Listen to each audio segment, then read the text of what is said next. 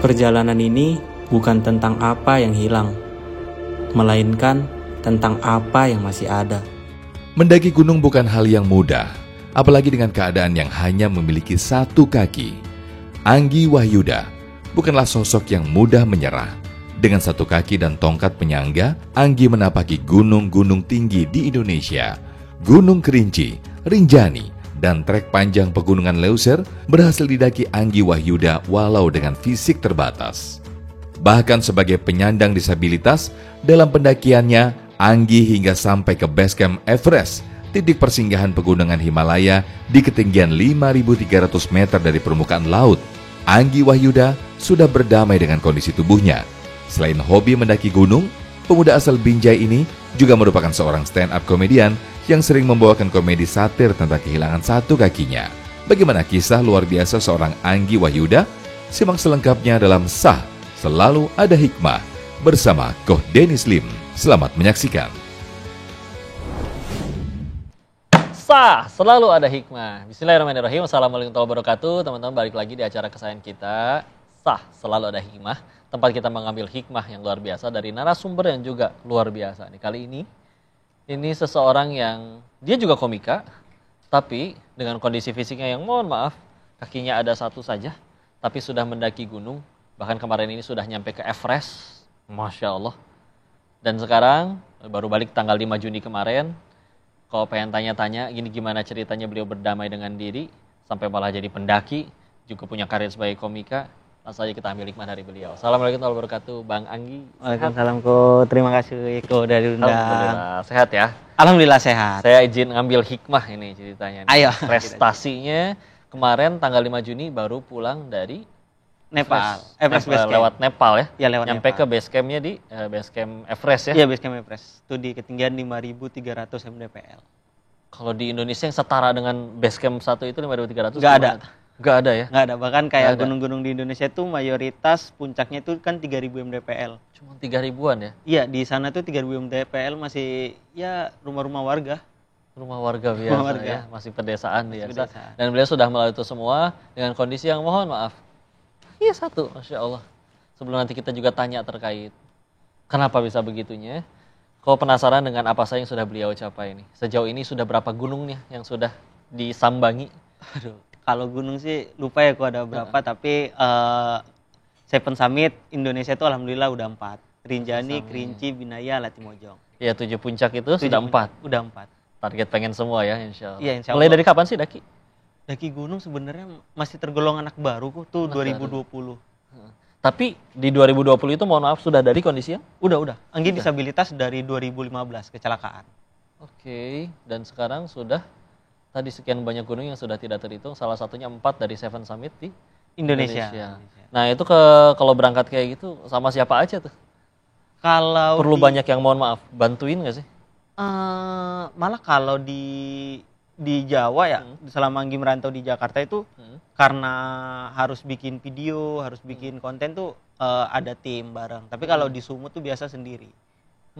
Karena mayoritas gunung di Sumatera Utara itu kan gampang ya. Itu treknya paling cuman 2 jam sampai 4 jam gitu doang. Jadi Udah beres ya? masih aman. Kalau di sini kan mayoritas tuh pagi sampai sore gitu. Jadi Masya butuh Allah. tim. Selain mendaki, sebetulnya yang profesi hariannya nih gitu istilahnya, setiap hari dilakuin atau barangkali usaha atau apakah, ngapain aja Bang Anggi biasanya?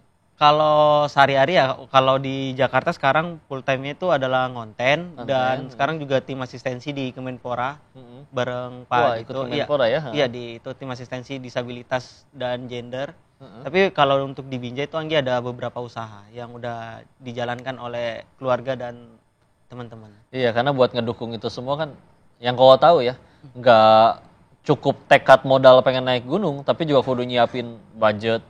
Karena Iya, tools-toolsnya juga nggak mungkin pakai sendal jepit, harus pakai sendal yang khusus Iya. ya, dan lain-lain. Tapi- Ceritain dong, ada pengalaman unik apa aja nih selama ini ngedaki? Banyak ya kok pengalaman uniknya, tapi kalau yang paling berkesan tuh adalah satu hal yang nggak Anggi pikirkan dan itu terjadi, dan itu yang bikin Anggi semangat sampai sekarang. Apa tuh? Jadi dulu tuh Anggi niatnya naik gunung itu karena depresi, Ya. karena kayak pengen lah nyari bener-bener Tuhan itu ada atau enggak gitu.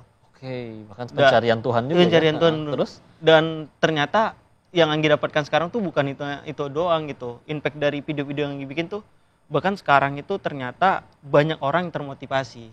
Dari situ bahkan ada sekitar hampir 20 orang gagal bunuh diri gara-gara lihat video-video itu. Jadi, dan itu yang jadi kekuatan yang ngelihat ya Allah. Iya, makanya sampai sekarang naik gunung tuh senangnya karena itu kok. Naik gunung itu benerkah seberbahaya itu karena kadangnya ada yang sampai hilang, ada yang wafat di sana? Menurut Anggi aku, iya. Rintangan dan tantangan besar itu bakal minim ketika kita memiliki persiapan yang matang. Jadi sebenarnya iya apapun itu ada risikonya, tapi kalau kita memiliki persiapan yang matang tuh nggak terlalu beresiko banget. Yang penting udah ada persiapan. Dan kesulitan untuk itu semua gimana dengan izin mohon maaf kondisi fisik seperti ini? Yang jadi kendala paling beratnya itu apa sih ketika setiap kali ngedaki dibanding orang-orang yang lain? Sebenarnya kalau secara obstacle tuh udah Anggi pelajari ya rata-rata, tapi sebenarnya tantangan terbesarnya itu adalah ya masyarakat kok. Yang masyarakat. Yang kayak lihat Anggi tuh kayak enggak ini bener nih mau daki, terus banyak beberapa kali underestimate ya. Iya, beberapa kali itu nggak dapat izin dari warga lokal gitu. Gara-gara kondisi fisik. Kondisi fisik. Sampai akhirnya ada yang ngizinin waktu itu gimana? Harus ngiyakinin dulu kah? Buktiin ini sih udah pernah naik gunung. Iya, jadinya kayak gitu. Dikasih lihat? Iya, malah tuh bolak-balik yang nggak ngasih Anggi masuk itu ke tempat wisatanya itu adalah ya sekitaran Sumatera Utara. Malah di luar-luar ini kayak ya udah ngasih aja gitu. Udah welcome, justru yang dari kampung halaman sendiri. Iya. Justru malah kayak begitu ya. Dan selain itu juga tadi nggak cuma daki gunung, juga ada karir sebagai komika. Oh iya, ikut benar. Kayak acara stand up comedy di beberapa televisi juga pernah ikut. Iya udah, di 2018 Anggi itu ada di TV sebelah juga, dan di 2022 itu ada juga masuk di LKS, Liga Komunitas Stand Up. Bahannya nggak apa-apa berarti jadi ngebahas. Malah Anggi pikir kayak, wah ini mungkin hikmahnya gitu. Hikmahnya. Karena gara-gara ini tuh Anggi jadi lebih gampang untuk stand up. Memang kalau misalkan orang yang ngebahas fisik orang lain kan takutnya malah jadi tersinggung. Tapi ini kan justru kan terjadinya ke diri sendiri. Iya benar. Jadi kayak seolah menunjukkan bahwa aku aja berdamai nih. Iya. Di saat yang lain mungkin ada yang memilih Tuhan jahat, Allah jahat. Iya. Masya Allah ya. Nisa ini keren banget ya kan. Prestasinya sudah kita bahas ini Masya Allah. Sekian banyak gunung sudah didaki. Bisnis juga usaha punya. Bahkan juga menginspirasi, menggagalkan atas izin Allah 20 orang pengen bunuh diri. Alhamdulillah. Untuk itu kita akan ambil hikmah lagi selanjutnya. Jangan kemana-mana, tetap di Sah Selalu Ada Hikmah. Sah Selalu Ada Hikmah. Pemirsa, kita balik lagi ngambil hikmah dari tokoh luar biasa nih, inspiratif, Bang Anggi, yang sudah menaklukkan sekian banyak gunung yang belum tentu dilakukan oleh banyak orang-orang normal pada umumnya. Tapi kalau pengen tanya lagi, Bang Anggi boleh tanya ya? Silakan. Asal muasalnya ini sampai akhirnya punya kondisi fisik yang seperti ini tuh gimana sih ceritanya kalau boleh tahu? Kalau cerita sebenarnya itu karena kecelakaan kok. Kecelakaan apa? Nah, jadi 2015 itu kan 2015 ya kejadiannya. Iya, 2015. Udah 10 tahun lalu, Bener. Tuh. Jadi tuh Anggi mau pergi sekolah, tuh ditabrak sama truk tangki. Oh, masih apa? SMA waktu itu? SMA kelas 1. Terus? Dan karena naik apa? Motor? Anggi naik motor, terus? Tuh dari depan ada truk tangki yang nabrak. Adu banteng lah. Jadi itu tuh yang bikin kaki Anggi harus diamputasi. Waktu kejadian langsung tanpa sadar bangun-bangun di rumah sakit nggak ada kaki? Enggak. Gimana cerita itu? Justru amputasinya itu karena salah penanganan pertama. Jadi dia infeksi dan harus diamputasi. Dari situ ke rumah sakit dulu, dirawat berapa lama dulu? Itu dirawat 10 hari, habis itu karena Anggi tinggal di kampung ya kok, itu jadi perobatan itu rata-rata orang masih dominan ke perobatan tradisional. Dan itu tuh ini saran juga nih buat teman-teman semua, boleh kalian berobat tradisional, tapi kalau patah tulangnya ada lukanya, baiknya didampingi sama medis juga.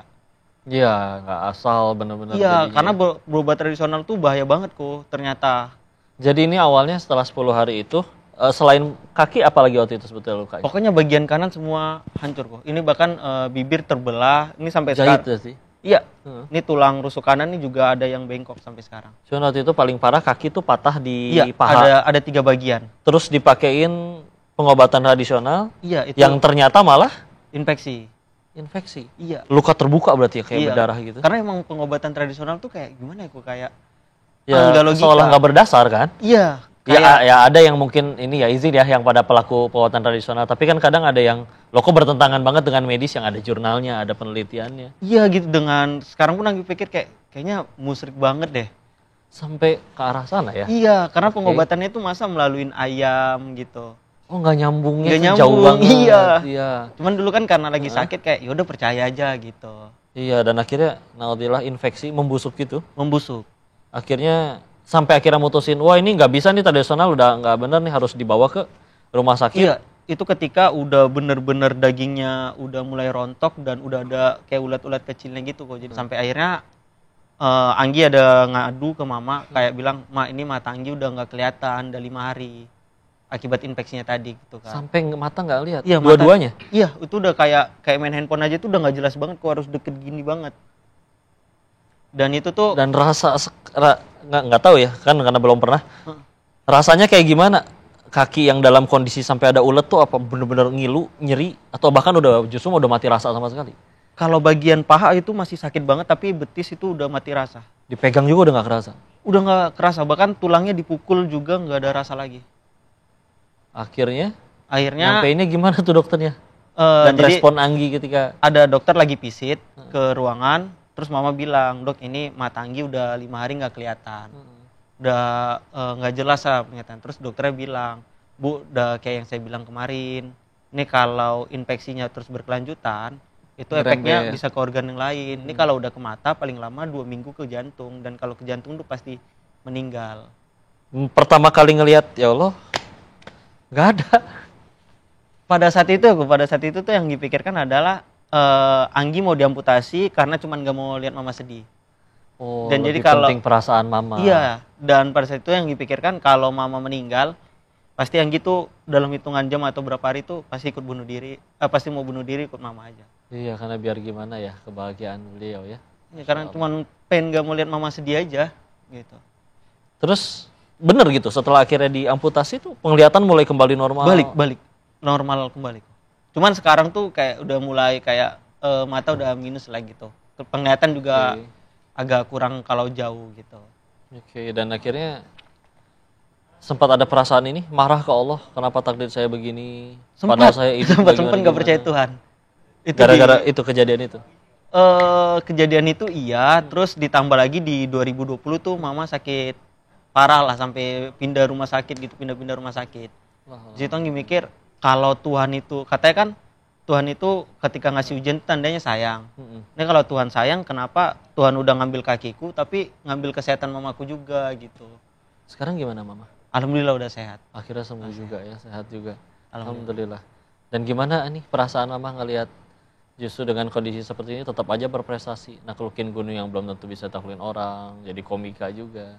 Nah jadi alhamdulillah itu mama udah seneng banget dan ya kayak sekarang tuh impian Anggi tuh udah tinggal satu lagi lah. Apa tuh? Pengen umrohin mama aja. Sekarang lagi berusaha nabung. Ini gitu. ketonton ada travel umroh yang nonton juga bisa. Amin. Tapi insya Allah berusaha sendiri dah. Iya. Karena biar usaha Anggi. Biar pahalanya diambil Anggi semua ya. Iya. Insya Allah. Jadi yang paling memotivasi mama ya, biar gimana? Mama. Sang gitu tinggal di rumah di Binjai itu berapa bersaudara sih? Kalau di Binjai itu Anggi 3 bersaudara, Anggi anak laki satu-satunya paling kecil. Oh, ada kakak perempuan dulu? Ada kakak perempuan, tapi sekarang Anggi udah merantau di Jakarta sendiri. Masya Allah, suka kesini nggak mama? Ini rencana ntar bulan 8 Anggi ada pameran foto sekalian pemutaran film dokumenter tentang Anggi. Itu bakal ngajak mama kemarin sekalian bikin campaign satu langkah lagi yang kampanyenya itu kami tujukan untuk teman-teman disabilitas dan teman-teman yang lagi nggak percaya diri di Indonesia. Kami mau bikin itu untuk mereka. Yang ini justru menjadi motivasi bagi sekian banyak orang yang mengalami nasib yang sama atau mungkin lebih parah. Nah, ini beliau tuh menjadi petunjuk bahwa ya punten ya, kita nggak sepahit beliau, tapi tetap aja gimana dirinya kalau udah benar-benar bangkit. Lihatlah Masya Allah perjuangannya. Sampai akhirnya bisa menginspirasi banyak orang. Masih banyak hikmah yang bisa kita ambil. Untuk itu kalian jangan kemana-mana. Tetap di SAS, selalu ada hikmah.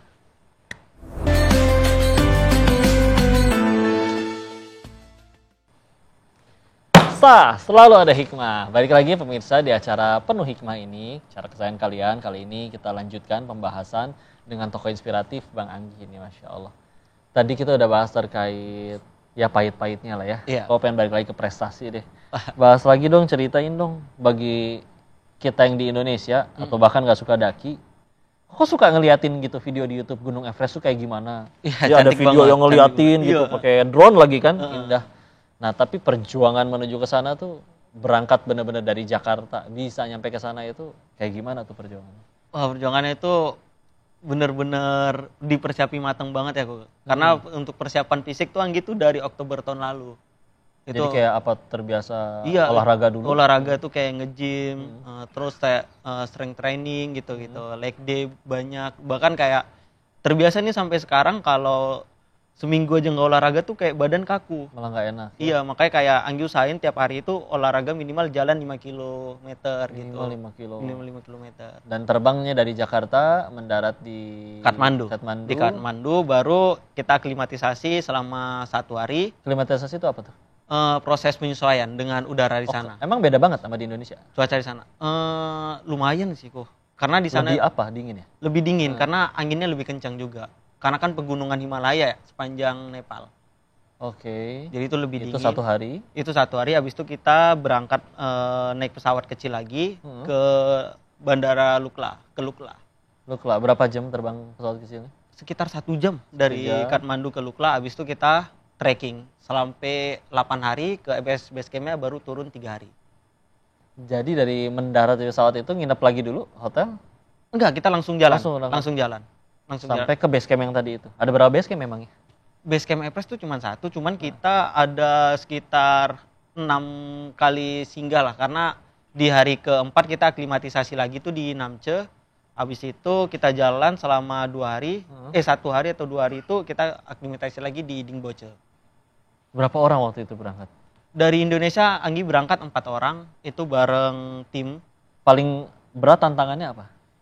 Penyesuaian Selain itu cuaca. sih. Karena Anggi di hari ke-9 itu kena AMS. Apa tuh AMS? AMS itu kayak penyakit, dia pusing gitu, itu akibat kekurangan oksigen dan itu pusing banget. Dan itu Anggi tuh kenanya bukan di AMS lagi tapi HPE. Jadi tiap ketinggian itu punya namanya masing-masing. Kalau AMS itu di ketinggian 3000, kalau di 4000 Anggi lupa apa, terus tapi di 5000 tuh HPE. Dan AMS itu tuh efeknya paling cuman pusing dan lemes doang. Tapi kalau HPE itu bisa pusing sampai meninggal. Tapi kemarin tuh alhamdulillah Anggi bisa jalan lagi tuh sampai 11 km untuk dapat oksigen yang lebih bagus. Turun ke bawah. Yang paling indah menurut Di Indonesia Anggi. atau di luar kok? gabungan semua? Ya kemarin sih EBC itu salah satu paling indah, tapi kalau di Indonesia paling indah itu Gunung Rinjani. Banyak yang bilang gitu sih. Iya Rinjani, karena Banyak lengkap yang banget. bikin bilang, sampai ada pertanyaan kalau ada gunung yang pengen bikin balik lagi, banyak yang jawab Rinjani. Ya? Iya Rinjani. Itu Kenapa? Apa indahnya Rinjani? lengkap kok. Kita di situ sabana rumputnya itu ada beberapa kali kita lihat, terus ada air panasnya, ada danau, terus ada view kayak di Torean itu tuh kayak Jurassic Park gitu. Seriusan? Tinggal nggak ada dinosaurusnya aja ya? Iya, memang itu julukannya memang Jurassic Park Indonesia. Makanya turis-turis pendaki asing tuh banyak datang ke situ. Ya Allah, betapa yang paling keren tuh tadi kata menurut kau pribadi ya, bahwa kondisi kaki seperti tadi pun yang sudah sakitnya seperti apa nggak kebayang, tapi ketika sudah kasih sayang kepada ibu itu menang, bahkan yang lebih dipikirin adalah nggak pengen ibu nangis. Itu Masya Allah banget. Betapa kasih sayang ibu segitu luar biasanya.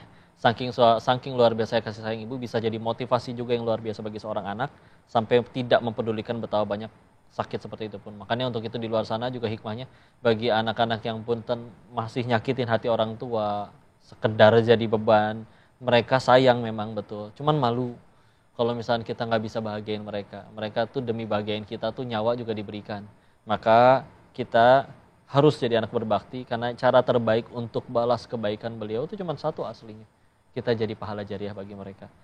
Kita nggak akan ditanya nanti pas jadi orang tua anak kamu sudah jadi presiden atau apapun itu, tapi yang akan kita harapkan doa dan istighfar dari anak-anak yang kita sayangi. Makasih banyak Bang Anggi. Terima kasih Ko udah Kedatangannya. diundang, Ko. Mudah-mudahan kita bisa jumpa lagi Amin. sama-sama beramal soleh lagi. Untuk kita pemirsa jangan kemana-mana, saksikan selalu acara selalu ada hikmah yang selanjutnya untuk mengambil hikmah terbaik dari yang bisa kita petik. Assalamualaikum warahmatullahi wabarakatuh. Barakallahu fikum.